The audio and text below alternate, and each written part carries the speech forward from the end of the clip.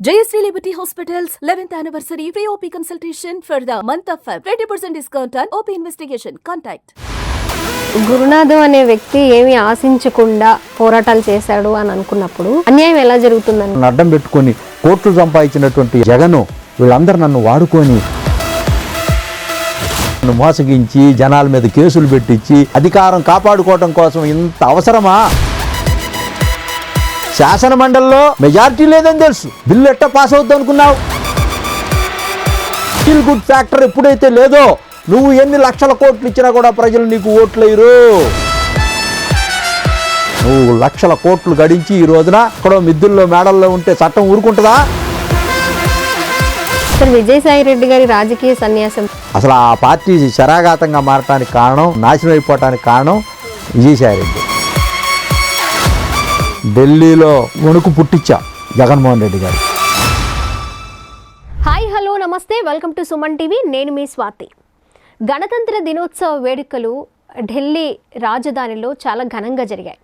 అలాంటి సెలబ్రేషన్స్కి గణతంత్ర దినోత్సవ వేడుకల్లో పాల్గొనేందుకు ఏపీ నుంచి ఒక అతిథిని ఆహ్వానించారు. మరి ఆ అతిథి ఎవరో కాదు, ట్రైబల్ వెల్ఫేర్ నుంచి అలాగే టీడీపీ నేతగా ఉంటూ కూడా ఇప్పుడు మన మధ్యన కూడా ఉన్నారు సార్ మాదగాని గురునాథం గారు. ఎవరిని కూడా గతంలో ఎప్పుడు ఆంధ్రప్రదేశ్ రాష్ట్రం నుంచి గణతంత్ర దినోత్సవ వేడుకలకి ఆహ్వానం అందిందే లేదు. మొట్టమొదటిసారిగా సార్ వెళ్ళడము, పార్టిసిపేట్ చేయడం చాలా గర్వంగా ఫీల్ అవుతూ ఉన్నాం మనందరం కూడా. ఇక్కడి మన ఆంధ్రప్రదేశ్ నుంచి ఒక పర్సన్ వెళ్ళడము, వాళ్ళు ఆహ్వానం కూడా చాలా బాగా వెల్కమ్ చెప్పారు, చాలా గ్రాండ్గా. సార్తో మాట్లాడదాం, అక్కడ ఎలా జరిగాయి, ఏంటి, ఆహ్వానం ఎలా పలికారు, అక్కడ ఎక్స్పీరియన్స్ ఏంటి, ఇవన్నీ విషయాలు మనం తెలుసుకుందాం ఒక్కొక్కటిగా. సార్ నమస్తే. సార్ నమస్కారం అమ్మా. ఫస్ట్ ఆఫ్ ఆల్ కంగ్రాచులేషన్స్ మీకు, మాకు కూడా. ఎందుకంటే ఏపీ నుంచి మీరు వెళ్ళడం అంటే మన ఏపీ ప్రజలందరూ కూడా వెళ్ళినట్టే నాకు తెలిసి.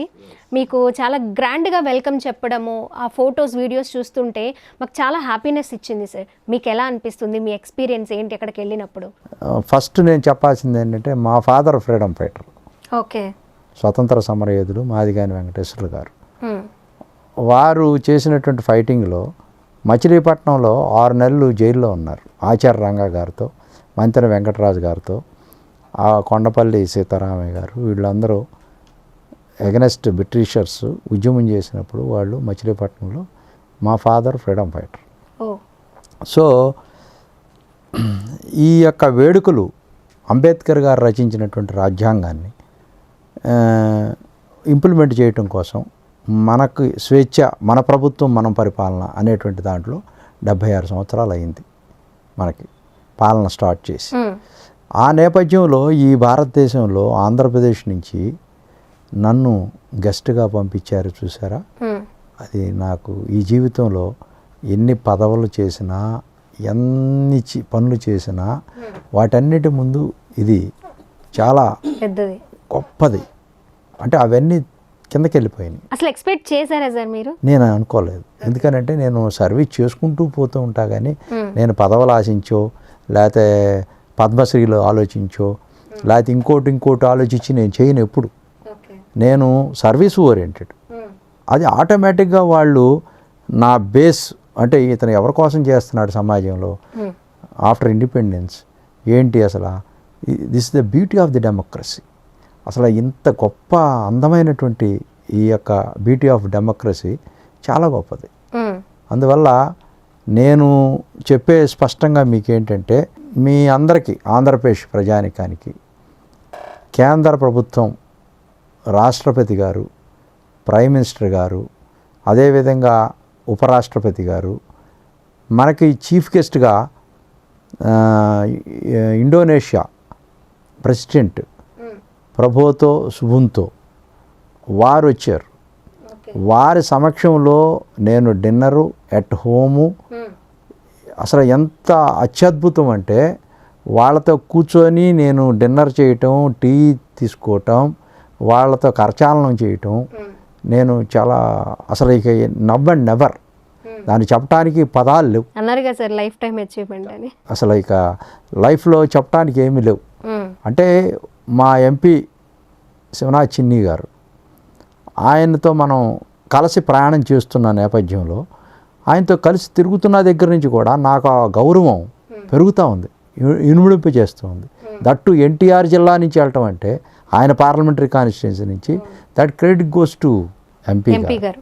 అట్ ద సేమ్ టైం నన్ను పంపించినందుకు చంద్రబాబు నాయుడు గారు, లోకేష్ గారు ఆంధ్రప్రదేశ్ నుంచి భారతదేశం మొత్తం కూడా ప్రశంసలు పొందుతూ ఉన్నారు.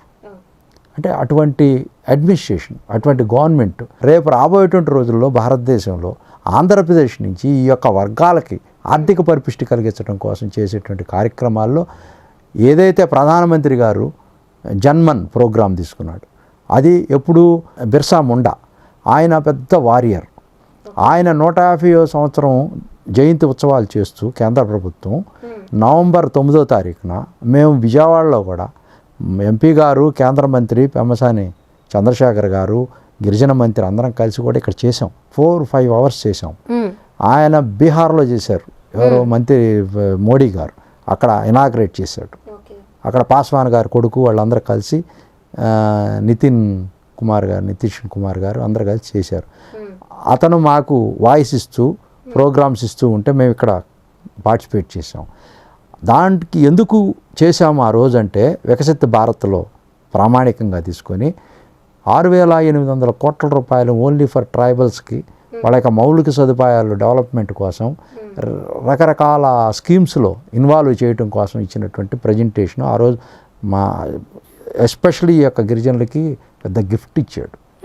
దాని గురించి నేను స్పెసిఫిక్గా మళ్ళీ పిఎం గారు ఎదుట ఇవన్నీ చెప్పడం వల్ల అతను ఎంత ఇంప్రెస్ అయ్యాడంటే what a such a person, a great person, I never saw like a person who are belongs from these communities, is a multi talented person, oh I appreciate you mister అని నన్ను అన్న మాట నాకు ఇవన్నీ నిక్కపరుచుకున్నాయి. ఇంత చాలు appreciation ఈ జీవితంలో మనం చేసే ఎంత చిన్న పని అయినా, పేదవాడికి హక్కును చేర్చుకునేటువంటి పని అయినా, ఆ అంశాలన్నిటి గురించి వల్లవేసి చెప్పినటువంటి అంశాల్లో నేను ఇంత గొప్ప ఉన్నో, ఇంత తక్కువ ఉన్నో, ఇంత లేదో, నేను తోపునో తురుమునో అని చెప్పదలుచుకోలేదు. కానీ నేను అక్కడ అడ్వాంటేజ్ తీసుకోవచ్చు, బట్ అది చెప్పలేదు.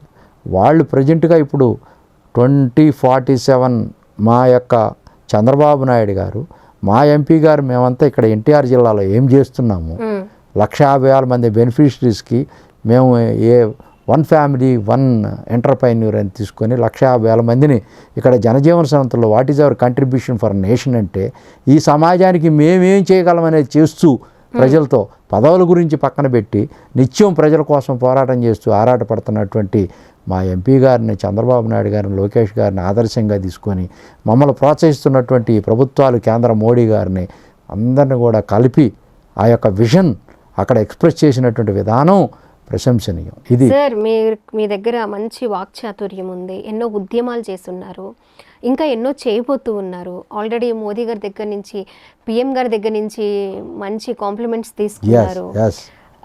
అసలు ఎప్పుడు స్టార్ట్ చేశారు మీ జర్నీ యాజ్ ఏ పొలిటీషియన్గా అండ్ ఉద్యమకారుడిగా?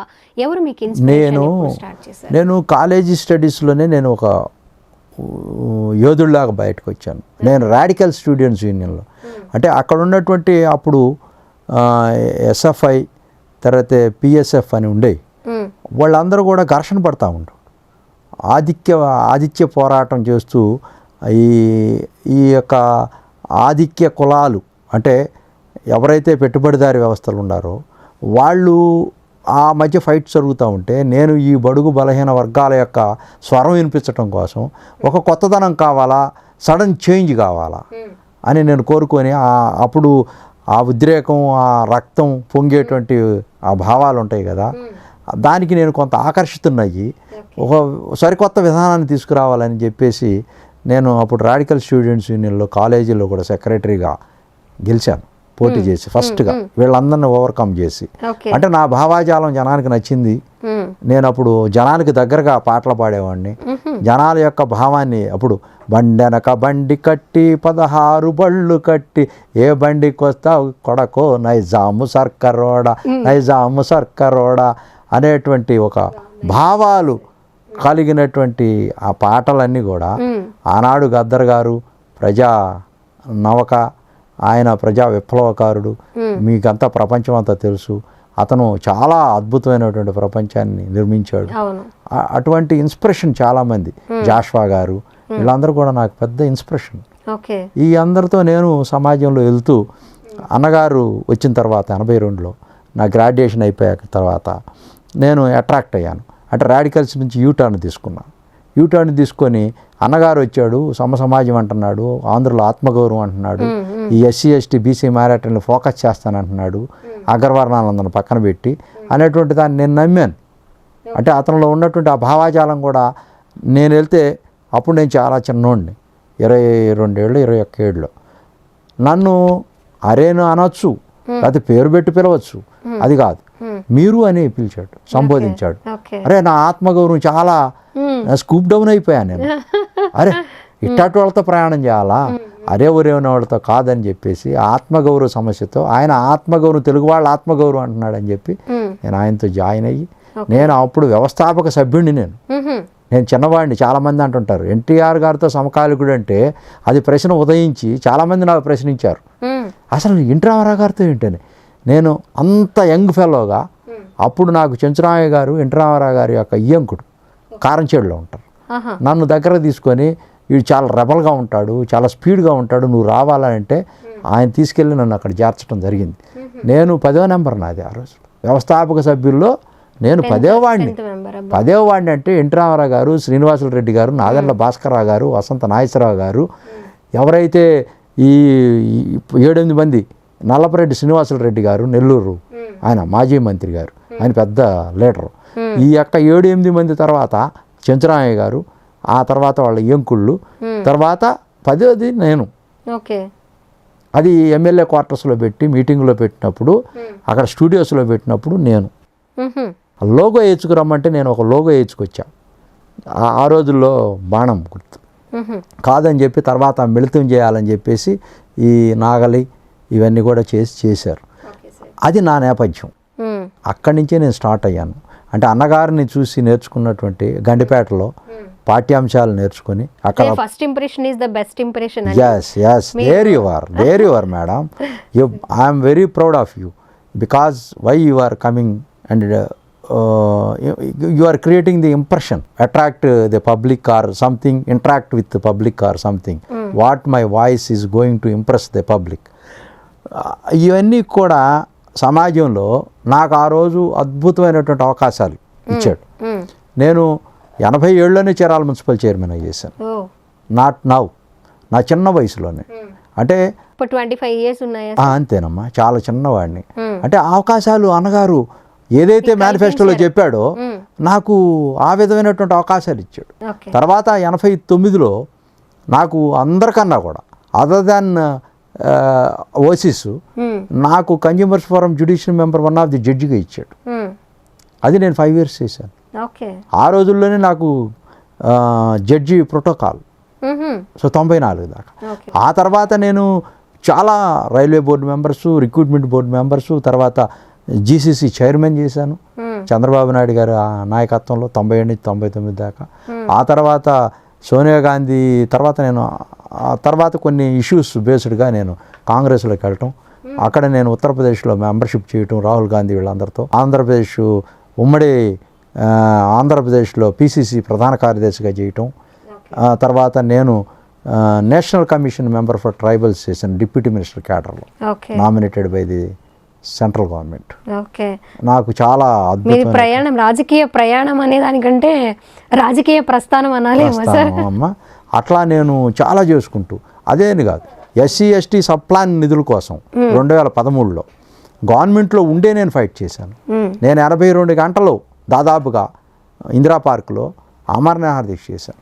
1,00,000 మందితో అసెంబ్లీ ముట్టడి చేశాను. నా ఒళ్ళంతా రక్తం ముద్ద అయిపోయింది. నేను అన్నం తినకుండా వారం రోజులు అక్కడే ఉండి అంత చేసినటువంటి నేపథ్యంలో కిరణ్ కుమార్ రెడ్డి గారు గవర్నమెంట్ దిగొచ్చి నెక్స్ట్ డేనే ఆ బిల్లు పెట్టడం కోసం మమ్మల్ని అందరిని పిలిపి చర్చించి మేము అన్నీ కూడా ఆ రోజున అన్నీ చెప్పాం. మానిటరింగ్ ట్రాకింగ్ సిస్టమ్ రావాలా, దీనికి ల్యాప్సెస్ పార్ట్ ఉండకూడదు, నాన్ డైవర్టబిలిటీ నాన్ ల్యాప్సబిలిటీ ఉండకూడదు అని చెప్తే ఆయన కొన్నిటికి తూట్లు పొడిచి ఒక బిల్లు అయితే తయారు చేశాడు. ఆ బిల్లు కొనసాగుతూ ఉంది.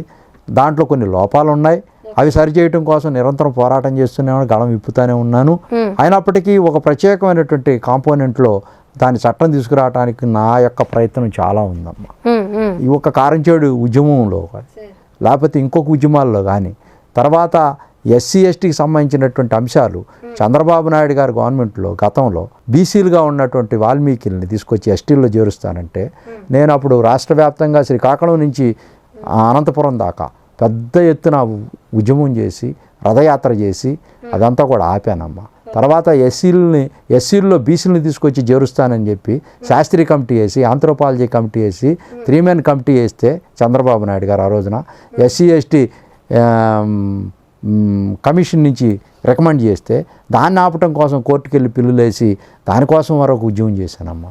దాంట్లో కూడా సక్సెస్ఫుల్ అయ్యాను. ఈ రోజుకి కూడా ఈ కోల్డ్ స్టోరేజ్లోకి పక్కకి వెళ్ళిపోయాను. కేంద్ర ప్రభుత్వం మీద ఉద్యమం చేసి. గతంలో వైసీపీలో ఉన్నారు, ఇప్పుడు టీడీపీకి వచ్చారు. ఏంటి సార్, ఎందుకు రావాల్సి వచ్చింది, అడగొచ్చాయి ప్రశ్న? డెఫినెట్గా, why not? This is the democracy.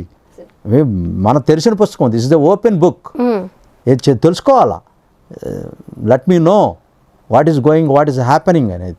నేను 4 సంవత్సరాలు 35,000 గంటలు ఈ భూమి పుట్టిన తర్వాత ఏ ఒక్క వ్యక్తి లీడర్షిప్ బేస్తో ఒక ఉద్యమాన్ని టేకప్ చేసి ఒక అంశం మీద ఫోకస్ చేసి ఇక్కడి నుంచి ప్రపంచం మొత్తం తెలిసే విధంగా చేసినటువంటి ఏకైక వ్యక్తి నేనే. అది నేను గొప్పగా అని చెప్పుకోవటం కాదు, కానీ అది సమాజానికి రెఫరల్గా రేపు రాబోయేటువంటి రోజుల్లో ఏ అంశం అనేది పక్కన పెట్టు, కానీ ఒక మనిషి ఇంత చేయగలుగుతాడా ఆంధ్రప్రదేశ్లో? పొట్టి శ్రీరాములు గారు ప్రాణం అర్పించి మనకి ఆంధ్రప్రదేశ్ని తీసుకొస్తే గురునాథం అనేటువంటి వ్యక్తి ఇంత త్యాగం చేయగలుగుతాడా ఉద్యమం చేసి ఇంతమందిలో అనేటువంటిది ఒక రికార్డుని నేను నిత్యం పొద్దునుంచి రాత్రి దాకా అక్కడే ఉండి ప్రెస్తో మాట్లాడుతూ నిత్యం జనాల్ని ఉర్రతొలగిస్తూ కొన్ని 100 మందిని ఈ సమాజంలో ఒక అవేర్నెస్ క్రియేట్ చేశాను. అది అంశం 3 రాజధానుల, లేకపోతే 54,000 పట్టాలు ఇప్పించానా, 54,000 పట్టాలు ఇప్పించాను. అది నా క్రెడిట్. ఈ యొక్క నాకు మెల్లమెల్లగా నన్ను అడ్డం పెట్టుకొని కోట్లు సంపాదించినటువంటి ఎంపీలు, ఎమ్మెల్యేలు, మంత్రులు, ఆఖరికి జగను, వీళ్ళందరూ నన్ను వాడుకొని నన్ను ఏ విధంగా వదిలేశారంటే రిజల్ట్ ఓరియంటెడ్ లేకుండా. జగన్ కూడా అంతే కదా. ఇప్పుడు ఆయన వాయిసే కదా, ఈజ్ మాస్టర్ వాయిస్. ఆయన ఏం చెప్తే అదే కదా కింద దాకా. నాకు ఎన్నో ప్రలోభాలు పెట్టి నన్ను అధికారం దిశవైపు తీసుకెళ్తానని చెప్పి నేను అధికారం కూడా వదులుకొని నేను ఉద్యమం చేయడానికి వచ్చా. లేకపోతే అధికారంలో ఉంది, నాకు ఫస్ట్ చైర్మన్ ఇచ్చేయచ్చు, లేకపోతే ఇంకోటి ఇవ్వచ్చు, సలహాదారుడు ఇవ్వచ్చు, కానీ నేను ఉద్యమం చేస్తానన్నా. నీకు అది కావాలా ఇది కావాలంటే నాకు ఉద్యమం కావాలన్నా. తర్వాత మంచి పొజిషన్ ఇవ్వండి, నేను జనం కోసం అక్కడ కూర్చుంటా. అధికారంలో ఉండి కూడా నేను ప్రజల పక్షపాతినై ఉద్యమం చేస్తున్నానంటే నాలో ఉన్నటువంటి సాక్రిఫికేషన్ అది గుర్తించాలి. నువ్వు వచ్చి అక్కడ నించున్నాక టెంట్ వేసిన తర్వాత నాకు నువ్వు భరాసా ఇచ్చావన్నా, నిన్ను హక్కును చేర్చుకుంటానన్నా అన్నాడు. నేను నమ్మాను, మోసపోయాను. నన్ను అడ్డం పెట్టుకొని మాటలు చెప్పి నన్ను మోసగించి జనాల మీద కేసులు పెట్టించి యాగి చేసి ఈ వ్యవస్థలో అధికారం కాపాడుకోవటం కోసం ఇంత అవసరమా అంటే నన్ను వాడుకున్నాడనేది నేను తెలుసుకున్న తర్వాత నేను ఎమ్మటే చంద్రబాబు నాయుడు గారు, లోకేష్ గారు, మా ఎంపీ గారు, శివనాథ్ చిన్ని గారు, మరి అవిద్ లాంటి మా వాళ్ళంతా కూడా చాలామంది ఉన్నారు. నన్ను కాదు నువ్వు తెలుగుదేశంలోకి రావాలా అంటే తప్పకుండా, ఎందుకంటే వాళ్ళు మోసం చేశారు అని దాన్ని వైండప్ చేసి క్లోజ్ చేసి దాన్ని తగలబెట్టి నేను ఎమ్మటే క్విట్ అయ్యి మొత్తం క్లోజ్ చేసి వచ్చేసి నేను ఈ పార్టీలో చేరే ఎలక్షన్స్ ముందే నిన్ను చిరచ్ఛేదం చేస్తాను రాజకీయంగా అని చెప్పి జగన్ని కయ్యానికి కాలు దువ్వి ఈ ఆంధ్రప్రదేశ్లో ప్రభావితం చేసి ఒక రూపురేఖలు లేకుండా డిస్మాండిల్ చేసేసి వైఎస్ఆర్ పార్టీని. సార్, ఇప్పుడు గురునాథం అనే వ్యక్తి ఏమీ ఆశించకుండా పోరాటాలు చేశాడు అని అనుకున్నప్పుడు అన్యాయం ఎలా జరుగుతుంది అనుకోవాలంటారు సార్?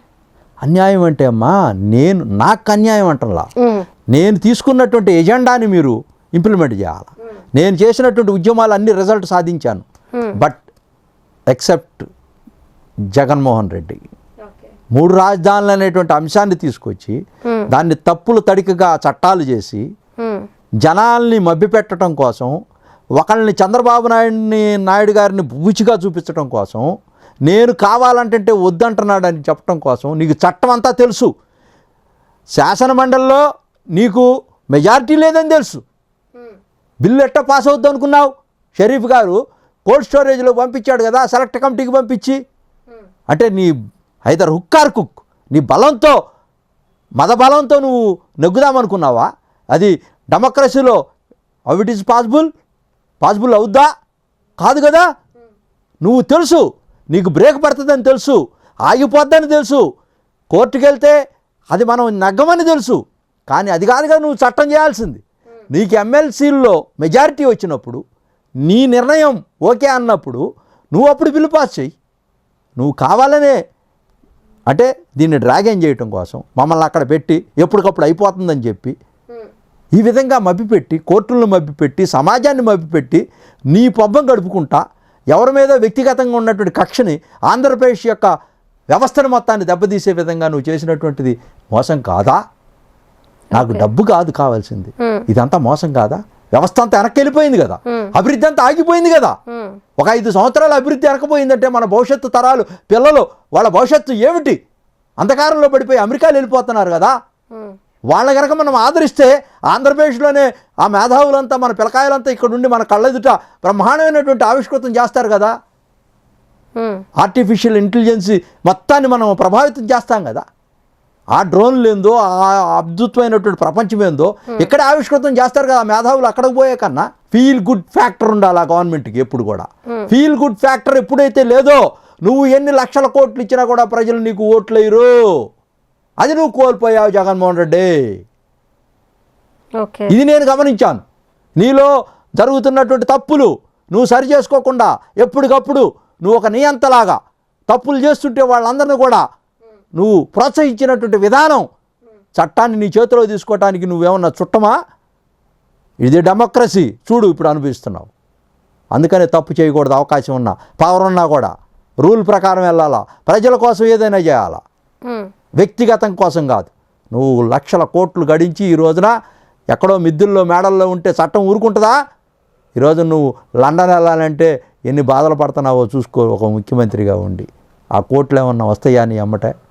అందువల్ల నేను నష్టపోయాననేటువంటి అంశం ఏంటంటే డబ్బు రూపం కాదు, సమాజం నష్టపోయింది.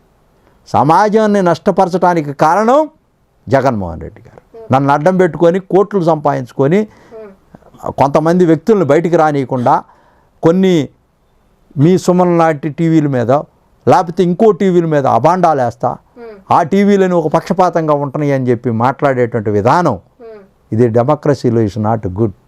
ఆ విధమైనటువంటి ఫోకస్ ఫస్ట్ టైం నేను వింటున్నా. ఆ టీవీ పేర్లు చెప్పి వాటి గురించి మాట్లాడేటువంటి వ్యక్తిత్వం జగన్మోహన్ రెడ్డి గారు ఎవరిచ్చారు ఈ డెమోక్రసీలో? అంత సాహసం చేయటం, కొన్ని పత్రికల్ని అట్లా చూపిస్తూ సమాజంలో. పత్రికల్లో వాళ్ళు ఏదైనా రాస్తారు మంచి చెడుల గురించి, దాన్ని పాజిటివ్గా తీసుకొని దానికి ఆన్సర్ ఇచ్చిన డెమోక్రసీలో గొప్పోడు. That is the beauty of the democracy. Sir, Vijayasai Reddy గారి రాజకీయ సన్యాసంపై మీ కామెంట్ ఏంటి? ఎస్, డెఫినెట్గా ఆయన is not a politician, is organised habitual criminal. Is organised habitual criminal. ఏ విధంగా అంటే అతను రైట్ ఫ్రమ్ ది బిగినింగ్ నుంచి వాళ్ళింటో చార్టెడ్ అకౌంటెంట్గా చేరాడు. How to manage the things, ఎట్లా అకౌంట్స్ పరంగా ఈ సమాజంలో వాళ్ళ కుటుంబాన్ని మొత్తాన్ని కూడా వైట్ చేయటం కోసం చేసినటువంటి ప్రక్రియలో భాగంగా క్రిట్పో కింద ఇతను ఇచ్చినటువంటి క్లూస్తోనే వాళ్ళంతా కూడా అవినీతిలో కూరుకుపోయారు. జగన్మోహన్ రెడ్డి కానీ వీళ్ళంతా షెల్ కంపెనీలు తెరవటం కానీ, తీసుకొచ్చినటువంటి డబ్బులు క్రిట్పోకోగా కానీ అన్ని అంశాల్లో కూడా ఇరుక్కుపోయారు, కూరుకుపోయారు. ఇతను బ్రెయినే. Okay, national level, international. Plus అయిద్దంటారా మైనస్ అయిద్దంటారా జగన్మోహన్ రెడ్డి గారికి? అది మైనసే కదమ్మా. దానివల్ల కదా ఇరుక్కుపోయాడు, దానివల్ల కదా జైలుకి వెళ్ళాడు. రాజీనామా చేయడం, ఇతను రాజీనామా చేయటం, అసలు రాజీనామా చేయటం అనేది అసలు అతను పొలిటీషియనే కాదమ్మా. వైఎస్ఆర్సీపీలో అతను ఏదన్నా అప్రూవల్గా మారిపోతాడేమని పెట్టుకున్నాడు అక్కడ. ఓకే, ఢిల్లీలో మోడీ గారికి, అమిత్ షా గారికి మంచి లైజనింగ్ ఉంది. ఢిల్లీ కార్యక్రమాలకి ఎట్లా డబ్బులు ఇచ్చి రావాలా స్టేట్ నుంచి, ఇతను మీడియేటర్. అంటే చక్కగా తీసుకెళ్ళిస్తాడు, మేనేజ్ చేస్తాడు బాగా. వాళ్ళతో లైజనింగ్ పెట్టుకుంటాడు. ఇతని కేసులన్నీ కూడా జాగ్రత్త మాఫీ చేస్తాడు. అతను ఎప్పుడో అసలు చాలా నాకు కూడా అన్యాయం చేశాడు. ఆయన జగన్ గారు చెప్పటం, గురునాథం విషయం చూడమంటాం, ఈడేమో నేను ఎవరైతే కంప్లైంట్ చేస్తానో ఆ సురేష్ మీదో వాళ్ళ మీద వీళ్ళ మీదో సజ్జల మీదో వాళ్ళకి ఫోన్లు చేసి చెప్పటం, గురునాథం వచ్చి మీ మీద కంప్లైంట్ ఇచ్చాడంటాం, వాళ్ళు నా మీద థ్రెట్ తీసుకురావటం, వాళ్ళు నన్ను ఏదో ఒకటి చేయటం కోసం ప్లాన్ చేయటం, వీళ్ళందరూ కలిసి జగన్ గారు వీళ్ళందరూ కలిసి కూర్చోవటం, వీళ్ళందరూ కలిసి ఏదో ఒక నాటకం ఆడటం, గురునాథం అన్న బయటికి వాయిస్ వెళ్ళిందంటే గందరగోళం అవుద్దని చెప్పి ఒక దీన్ని తీసుకురావటం ఇట్లా చేసినటువంటి నేపథ్యంలో నేను విజయసాయిరెడ్డి గారికి చాలాసార్లు చెప్పాను, చాలా రిప్రజెంటేషన్స్ ఇచ్చాను. అది ఏమి లేదు, ఆయనకి ఏం తెలియదు, బ్లైండ్గా ఉంటాడు, పాలిటిక్స్ తెలియదు, టక్ చేసుకొని ఇంటలెక్చువల్ లాగా ఒక ఐఏఎస్ ఆఫీసర్ లాగా తిరుగుతుంటాడు. ఇది not at all a politician. నేను అతని గమనం చూశాను కదా, అతని భాష లేదు, పరిజ్ఞానం లేదు, టోల్ చేసి చండాలంగా మాట్లాడటం, ఎవరో వ్యక్తిగతంగా మాట్లాడటం ఇతనే క్రియేట్ చేసేది. ఇతనే అసలు ఆ పార్టీ శరాఘాతంగా మారటానికి కారణం, అసలు ఆ పార్టీ నాశనం అయిపోవటానికి కారణం విజయసాయిరెడ్డి. ఇది మిడిమిడి జ్ఞానం, రాజకీయం తెలియదు. లోకేష్ గారిని వ్యక్తిగతంగా మాట్లాడింది ఇతనే స్టార్ట్ చేసింది. ఇవన్నీ తగిలి ఈ రోజున ఉసురు తగిలి రాజకీయంగా అస్త్రసన్యాసం చేశాడు. మేజర్గా ఏంటంటే నేను చెప్పబోయేది అది నా వల్లే జరిగింది. గురునాథం అబ్బా విజయసాయిరెడ్డి అబ్బా అన్నాడు. రాజకీయంగా నెంబర్ 2లో ఉన్నామండి రాజీనామా చేయించాను. ఎట్లా అంటే శాంతి అనే అమ్మాయి విజయసాయిరెడ్డి గారు రాజీనామా చేయడానికి కారణం మాదిగాని గురునాథ్ గారు, దాంట్లో నో డౌట్ అబౌట్ ఇట్. వీళ్ళంతా ఉన్నారు సాక్ష్యం. 40 మందిని ఢిల్లీ తీసుకెళ్ళాను. ఎప్పుడు శాంతి విషయం చెప్తున్నారు. శాంతి ఉంది కదా, అసిస్టెంట్ కమిషనర్ ఎండోమెంట్స్లో, ఆయన మదన్ మోహన్ ఉన్నాడు కదా, వీళ్ళందరూ సుభాష్ రెడ్డితో కొల్లుడయ్యి కోట్లు సంపాదించి విజయసాయిరెడ్డి గారితో చేతులు కలిపి అక్కడ ఎండోమెంట్స్ ప్రేమ సమాజం అని ఉంది విశాఖపట్నంలో. ప్రేమ సమాజం, ఎండోమెంట్స్, దేవాదాయ భూములు ఇవన్నీ కూడా 33 ఏళ్లకి లీజులకు తీసుకొని ఏమో కమిషనర్గా ఉంటే ఏమో విశాఖపట్నంలో ఆమెను ప్రలోభపెట్టి, ఆమెకేమీ తెలియదు పాలిటిక్స్ అంటే, ఎవరైనా అద్భుతమైనటువంటి కళల ప్రపంచంలో ఉండటం కోసం ఆమెను మభ్యపెట్టి ఆమెతో పని చేయించుకొని వీళ్ళందరూ సుభాష్ రెడ్డి నేను పెళ్లి చేసుకున్నా అని చెప్పి, ఇప్పుడే నేను పెళ్లి చేసుకోలేదని చెప్పి, విజయసాయిరెడ్డి గారిని DNA చేయించుకుంటానంటే నేను కాదని చెప్పి, ఈ ఎపిసోడ్ అంతా అయిపోయిన తర్వాత జగన్మోహన్ రెడ్డి గారు ఢిల్లీలో ధర్నా పెట్టాడు ఎర్లీగా. ఎంత 30 డేస్లోనే. ఏది ఫెయిల్యూర్స్ చంద్రబాబు నాయుడు అని ధర్నా పెడతానని పెట్టాడు. నేను 50 మందిని ఫ్లైట్లో ఇక్కడి నుంచి తీసుకొని వెళ్ళి మదన్ను కూడా తీసుకొని వెళ్ళి నేను ఢిల్లీలో అదే జంతర్ మంతర్లో నేను అప్లై చేశా ఆయన ధర్నాకి, ప్రతి ధర్నాగా 23వ తారీఖు వెళ్ళంగానే నాకు ధర్నాకు పర్మిషన్ ఇవ్వాల. ఆయనది కూడా క్యాన్సిల్ చేశారు, నాది కూడా క్యాన్సిల్ చేశారు. నా దగ్గర ఎవిడెన్స్ కూడా ఉంది ఫోన్లో. వాళ్ళ ఎస్పీ అక్కడ ఉన్న కమిషనర్ నాకు పంపించాడు, నువ్వు రావటానికి లేదు నీ జనంతో అరెస్ట్ చేస్తామని. మరి జగన్మోహన్ రెడ్డికి కూడా క్యాన్సిల్ చేస్తున్నామని నాకు ఇచ్చాడు. ఇచ్చి తర్వాత రాత్రి వాళ్ళు ఏదో విజయసాయిరెడ్డి అందరు కలిసి మేనేజ్ చేసుకొని ఏదో కొట్టి ఏదో చేసుకున్నారు. ఈ లోపల నేను దిగిపోయా ఫ్లైట్లో. నేను వస్తున్నాను mister commissioner, what ever you want you will do. I'm agitator. I never stop my agitation against the Jaganmohan Reddy. You come and arrest me. I'm coming with my men. సవాల్ చేశాను. ఆడు పొద్దున్నే మెన్ను పెట్టుకున్నాడు, పోలీసు పెట్టుకున్నాడు, వ్యాన్లు తెచ్చాడు, గందరగోళం చేశాడు. వెళ్ళాను జగన్మోహన్ రెడ్డికి వ్యతిరేకంగా జంతర్ మంతర్లో స్లోగన్స్ ఇచ్చాను. మీడియా వచ్చింది, గందరగోళం చేసి 3-4 గంటలు వాడు దిగి పారిపోయాడు. అంతలోకి వచ్చినటువంటి ఎవరైతే అఖిలేష్ యాదవ్ ఉన్నాడో అతని విషయం తెలియక ఆయన సపోర్ట్ చేయడానికి వస్తే అతన్ని మేము కారు దగ్గర ఆపేసాం. ఆపేయంగానే అతనికి చెప్పగల ఇట్టటోడని దిగేసి వెళ్ళిపోయాడు మీటింగ్లోంచి, సగంలోంచి. గందరగోళం చేసి ఆ రోజంతా కూడా రాష్ట్రపతికి, ఉపరాష్ట్రపతికి, ఎవరైతే రాజ్యసభలో డిప్యూటీ స్పీకర్గా ఉంటాడో, తర్వాత ప్రైమ్ మినిస్టర్కి, హోమ్ మినిస్టర్కి అందరికీ రిప్రజెంటేషన్స్ ఇచ్చాం. అదంతా చేసిన తర్వాత మమ్మల్ని అరెస్ట్ చేశారు. అది అయిపోయిన తర్వాత వాళ్ళు వెళ్ళిపోయారు. గందరగోళం అయిపోయింది, జగన్మోహన్ రెడ్డి వెళ్ళిపోయాడు. ఢిల్లీలో వణుకు పుట్టించా జగన్మోహన్ రెడ్డి గారికి. దిస్ ఈజ్ అవర్ క్రెడిట్, ఇది మా క్రెడిట్. మా సొంతంగా ఉద్యమం చేసి పరిగెత్తి ఢిల్లీ రోడ్లలో, నడివీధుల్లో అబ్బా ఈ గురునాథంతో తట్టుకోలేమురా అనే విధంగా విజయసాయిరెడ్డిని పార్టీ నుంచి సస్పెండ్ చేయండి, అతన్ని అరెస్ట్ చేయించండి, అతన్ని బట్టబయలు చేయండి, ఆయన అవినీతిని DNA టెస్ట్కి పంపించండి, అదర్వైజ్ మీ పతనం కోరుకుంటున్నాను. ఆంధ్రప్రదేశ్లో ఈ జెండా ఉండదు, జెండా కూడా పీకి పరిగెత్తారు అని చెప్పాను, వార్నింగ్ ఇచ్చాను. ఆ నెక్స్ట్ డే నేను ఇచ్చినటువంటి రిప్రజెంటేషన్స్ మొత్తం కూడా నేను సెలెక్ట్ కమిటీకి పంపించాను. సెలెక్ట్ కాదు, అదేంటంటే మనం ఎథిక్స్ కమిటీ ఉంటుంది. దాంట్లో ఆ కమిటీకి పంపిమన్నాను. పంపించి అతని మీద అతను డిస్క్వాలిఫై చేయండి, పలానా ఎవిడెన్స్లో ఈ అమ్మాయిని ఇట్లా మోసం చేశారు, మదన్ని ఇట్లా మోసం చేశారు, వీళ్ళంతా కూడా రెఫర్ చేయండి అని చెప్తే సెలెక్ట్ కమిటీకి ఎథిక్స్ కమిటీకి పంపించారు ఇతను రెఫర్ చేసి. అది అన్ని విధాలా రెడీ అయ్యి జరుగుతూ ఉంది నేపథ్యంలో. జరుగుతున్నటువంటి నేపథ్యంలో మొన్న 24వ తారీఖు ఆల్ ఆఫ్ సడన్ ఇతను డిస్క్వాలిఫై చేస్తారని అతనికి అర్థమైపోయింది. చాలామందితో నాతో రాజీకి వచ్చాడు, చాలామందితో పంపించాడు, అందరూ వచ్చారు. నేను ఒప్పుకోలేదు, నేను ఒప్పుకోవాలి నో అన్న. నేను డెఫినెట్గా అతను సభ్యత్వం పోవాలా, రాజ్యసభ సభ్యత్వం, వాడు అంతటోడైనా సరే అని చెప్పి దాని మీద పోరాటం చేస్తున్నాను. రాష్ట్రపతి ప్రైమ్ మినిస్టర్ ఇంటి దగ్గర నుంచి కూడా నాకు లెటర్స్ వచ్చినాయి, మీరు ఇచ్చిన రిప్రజెంటేషన్ మీద మేము తీసుకుంటున్నాము, యాక్షన్ తీసుకుంటాము, in a due course shortly will take a decision అని. ఆ తర్వాత జరుగుతూ ఉంటే అతను అతి త్వరలోనే అతను సభ్యత్వం రద్దు చేయడం కోసం ఈ కమిటీ మొత్తం రికమెండ్ చేయబోతుంది. అది తెలుసుకున్నాడు తను. బిఫోర్ దట్ పరువు పోద్దామని అని చెప్పేసి వాలంటరీగా తను ఏదో దేశభక్తి ఉన్నట్టుగా, ఏదో పెద్ద మేధావిలాగా తెగ అతను కింద నుంచి పైదాకా ప్రధానమంత్రి పదవులు చేసినట్టుగా, నేను అప్పుడే రిటైర్డ్ ప్రకటిస్తానని చెప్పి వైరాగ్యంలోకి వెళ్ళటం కోసం నాకు పొలాలంటే భలే ఇష్టం అని. అదివరకు పొలాలంటే ఇష్టం లేదా, డబ్బులు అంటే ఇష్టం, గడ్డి కరవటం ఇష్టం, ఇవన్నీ తెలియదా? చిక్కుల్లో పడి అది చెప్పుకోలేక నాకు ఎక్కడ క్రెడిట్ వస్తుందో అని చెప్పి ఇంకెవరికి వస్తుందని ఈ క్రెడిట్ మా అందరికి ఇవ్వదలుచుకోకుండా అతను వాలంటరీగానే చాలా గొప్ప వ్యక్తి అని సమాజం అనుకోని అన్నట్టుగా రాబోయేటువంటి ముప్పు పసిగట్టి డిస్క్వాలిఫై చేస్తారు, నా మెంబర్షిప్ తీసేస్తారని చెప్పేసి ముందుగానే 24వ తారీఖు రాజీనామా ఇచ్చాడు. That is my victory. ఇప్పుడు మీరు ఇన్ని పోరాటాలు, ఇన్ని ఉద్యమాలు చేశారు, రాజకీయ పార్టీల మీద, రాజకీయ నాయకుల మీద కూడా మీ ప్రభావం ఉంది.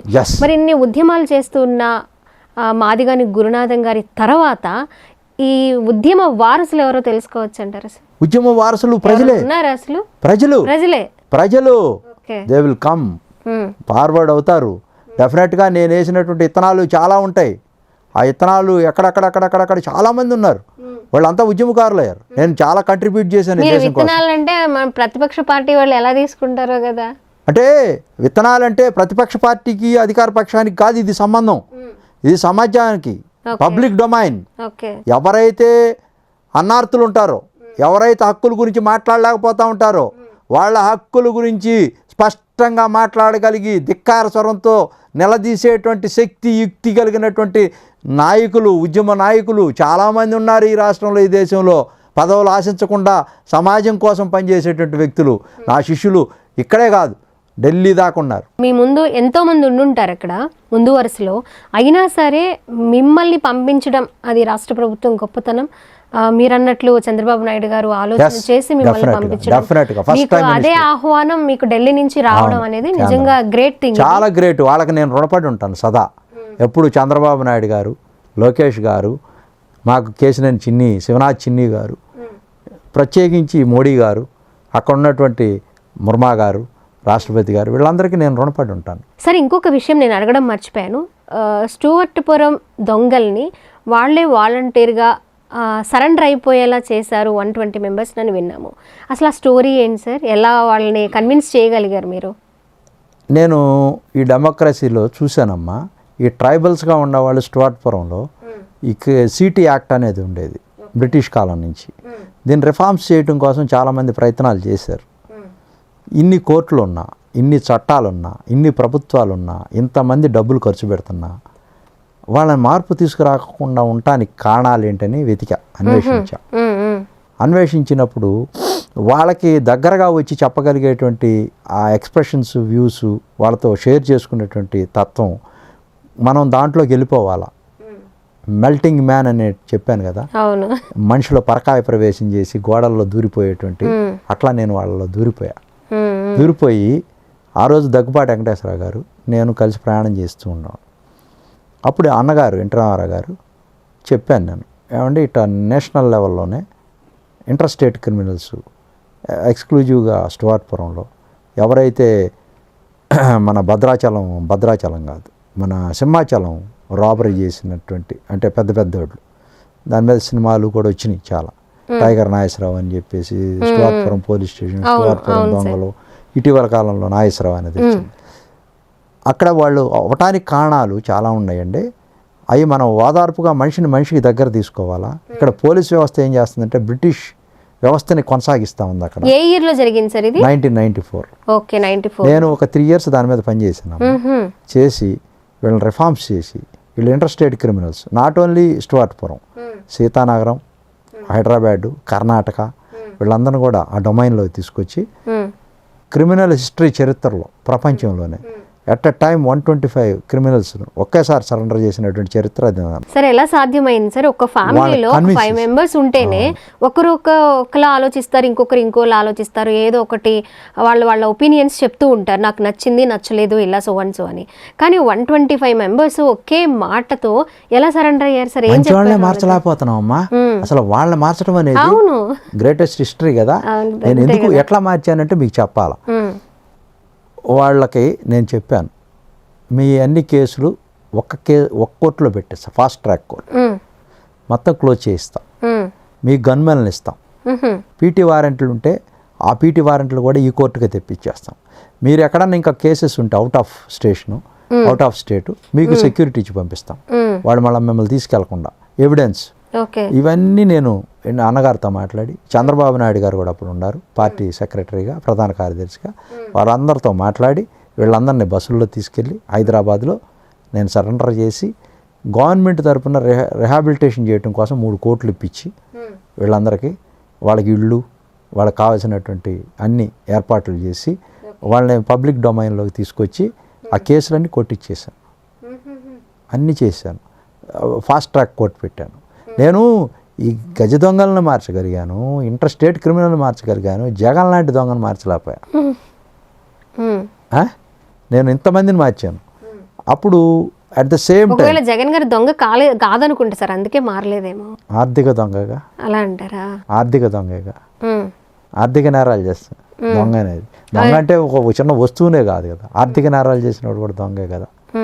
అది మార్చలేకపోయా. నేను చాలా బాధపడ్డా, ఇంతమందిని మార్చాను ఈ వ్యవస్థలో, అతను మార్చలేకపోయానే అనుకున్నా. మీరు గట్టిగా ప్రయత్నించలేదేమో? ప్రయత్నం చేశాను, నన్ను మభ్య పెట్టాడు. ఓకే, దొంగలు ఏమయ్యారు సార్ ఫైనల్ గా? 120 members వాళ్ళందరూ హ్యాపీగా ఎంజాయ్ చేస్తూ పిల్లలు వాళ్ళంతా కూడా పబ్లిక్ డొమైన్లో వాళ్ళు ఉద్యోగాలు చేసుకుంటా ఉన్నారు. కొంతమందిని ఏం చేశానంటే, దీంట్లో నరసా బోడయ్య అని ఉన్నాడు పెద్ద దొంగ, అతన్ని తోటవారిపాలెంలో ఎంపీటీసీగా నిల్చోబెట్టా. దొంగని ఎంపీటీసీ చేశారా? ఎవడన్నా వల్ల వద్దా? ఒక మంచివాడిని మామూలుడిని పెట్టి డబ్బులు పెడితేనే గెలవట్ల ఈ రోజుల్లో, పోటీ పెడితే. ఎంపీటీసీగా నిలబెట్టి ఆ ప్రాంతంలో గెలిపించాను. తర్వాత ఇంకొక అతన్ని స్టువర్ట్పురం సర్పంచ్గా పెట్టాను. ఇప్పటికీ వాళ్ళ అబ్బాయి చేస్తా ఉన్నాడు, మొన్న వాళ్ళ అబ్బాయి చనిపోయాడు. 15 సంవత్సరాలు సర్పంచ్గా.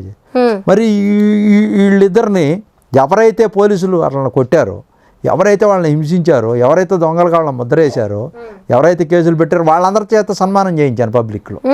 This is my reformist this thing. వాళ్ళు సరెండర్ అవడం అనేది ఒక ఎత్తు అయితే, మీరు ప్రజాప్రతినిధులు చేసి ప్రజలకే సేవ చేసే ఒక లీడర్ గా చేశారు, ఆ స్థాయికి తీసుకొచ్చారు. పేదవాడి కన్నీళ్లు తొడవాలనేటువంటి నా ఆలోచన.